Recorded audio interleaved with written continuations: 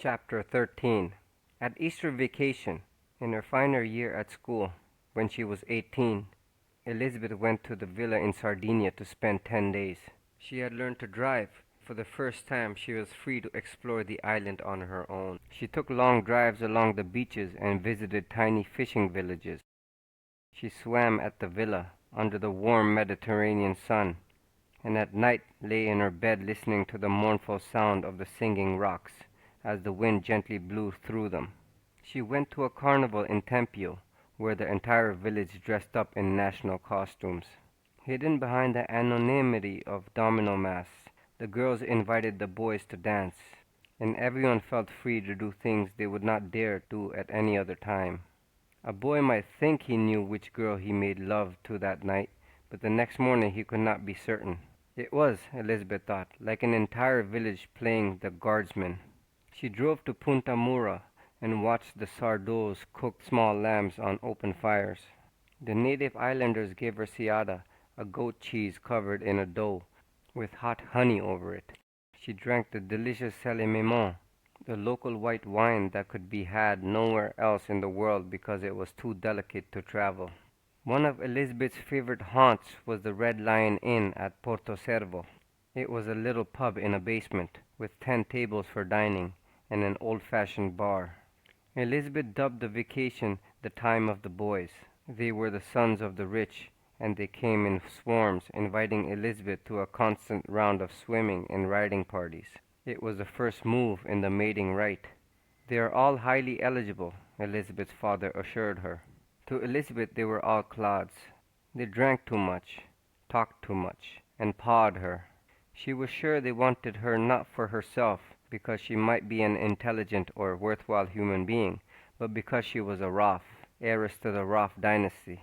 Elizabeth had no idea that she had grown into a beauty, for it was easier to believe the truth of the past than the reflection in her mirror. The boys wined and dined her and tried to get her into bed. They sensed that Elizabeth was a virgin, and some aberration in the male ego deluded each boy into the conviction that if he could take away Elizabeth's virginity, she would fall madly in love with him and be his slave forever. They refused to give up. No matter where they took Elizabeth, the evenings always ended up the same. Let's go to bed, and always she politely refused them. They did not know what to make of her. They knew she was beautiful, so it followed that she must be stupid. It never occurred to them that she was more intelligent than they. Whoever heard of a girl being both beautiful and intelligent? And so Elizabeth went out with the boys to please her father, but they all bored her. Rhys Williams came to the villa, and Elizabeth was surprised at how excited and pleased she was to see him again. He was even more attractive than she had remembered. Rhys seemed glad to see her. "What's happened to you?" he asked. "What do you mean?" "Have you looked in your mirror lately?" She blushed. "No." He turned to Sam. "Unless the boys are all deaf, dumb, and blind, I have a feeling Liz isn't going to be with us much longer." "Us?" Elizabeth enjoyed hearing him say that. She hung around the two men as much as she dared, serving them drinks, running errands for them, enjoying just looking at Rhys. Sometimes Elizabeth would sit in the background, listening as they discussed business affairs, and she was fascinated. They spoke of mergers and of new factories, and products that had succeeded and others that had failed, and why. They talked about their competitors, and planned strategies and counter-strategies. To Elizabeth it was all heady stuff. One day when Sam was up in the tower room, working, Rhys invited Elizabeth to lunch. She took him to the Red Lion and watched him shoot darts with the men at the bar. Elizabeth marveled at how much at home Rhys was.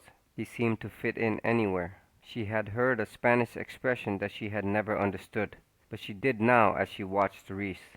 He's a man easy in his skin. They sat at a small corner table with a red and white tablecloth, and had shepherd's pie and ale, and they talked. Rhys asked her about school. "It's really not too bad," Elizabeth confessed. "I'm learning how little I know." Rhys smiled. "Very few people get that far. You finish in June, don't you?" Elizabeth wondered how he had known. "Yes. Do you know what you want to do after that?" It was the question she had been asking herself. "No, not really." "Interested in getting married?" For one quick instant her heart missed a beat. Then she realized that it was a general question. I haven't found anyone yet. She thought of Mademoiselle Harriet and the cozy dinners in front of the fireplace and the snow falling, and she laughed out loud. Secret?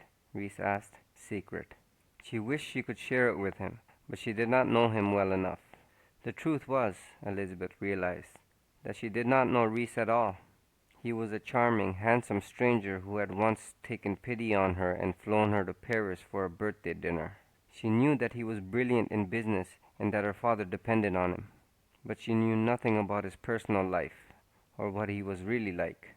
Watching him, Elizabeth had the feeling that he was a many-layered man, that the emotions he showed were to conceal the emotions he felt, and Elizabeth wondered if anyone really knew him. It was Rhys Williams who was responsible for Elizabeth's losing her virginity. The idea of going to bed with a man had become more and more appealing to Elizabeth. Part of it was the strong physical urge that sometimes caught her unaware and gripped her in waves of frustration, an urgent physical ache that would not leave. But there was also a strong curiosity, the need to know what it was like. She could not go to bed with just anyone, of course. He had to be someone special, someone she could cherish, someone who would cherish her. On a Saturday night, Elizabeth's father gave a gala at the villa. Put on your most beautiful dress, Rhys told Elizabeth. I want to show you off to everyone. Thrilled, Elizabeth had taken it for granted that she would be Rhys's date. When Rhys arrived, he had with him a beautiful blonde Italian princess. Elizabeth felt so outraged and betrayed that at midnight she left the party and went to bed with a bearded, drunken Russian painter named Vasilov. The entire brief affair was a disaster. Elizabeth was so nervous and Vasilov was so drunk that it seemed to Elizabeth that there was no beginning, middle, or end. The foreplay consisted of Vasilov pulling down his pants and flopping onto the bed. At that point, Elizabeth was tempted to flee, but she was determined to punish Rhys for his perfidy. She got undressed and crawled into bed. A moment later, with no warning, Vasilov was entering her. It was a strange sensation. It was not unpleasant, but neither did the earth shake. She felt Vasilov's body give a quick shudder, and a moment later he was snoring. Elizabeth lay there filled with self-disgust. It was so hard to believe that all the songs and books and poems were about this. She thought of Rhys, and she wanted to weep. Quietly, Elizabeth put on her clothes and went home. When the painter telephoned her the next morning, Elizabeth had the housekeeper tell him that she was not in. The following day, Elizabeth returned to school. She flew back in the company jet with her father and Rhys. The plane, which had been built to carry 100 passengers, had been converted into a luxury ship. It had 2 large, beautifully decorated bedrooms in the rear, with full bathrooms, a comfortable office, a sitting room amidship with paintings, and an elaborately equipped galley up front. Elizabeth thought of it as her father's magic carpet. The 2 men talked business most of the time. When Rhys was free, he and Elizabeth played a game of chess. She played him to a draw, and when Rhys said, "I'm impressed," Elizabeth blushed with pleasure. The last few months of school went by swiftly. It was time to begin thinking about the future. Elizabeth thought about Rhys's question. Do you know what you want to do with your life? She was not sure yet, but because of old Samuel, Elizabeth had become fascinated by the family business and knew that she would like to become a part of it. She was not sure what she could do. Perhaps she could start by helping her father. She remembered all the tales of the wonderful hostess her mother had become, how invaluable she had been to Sam. She would try to take her mother's place. It would be a start.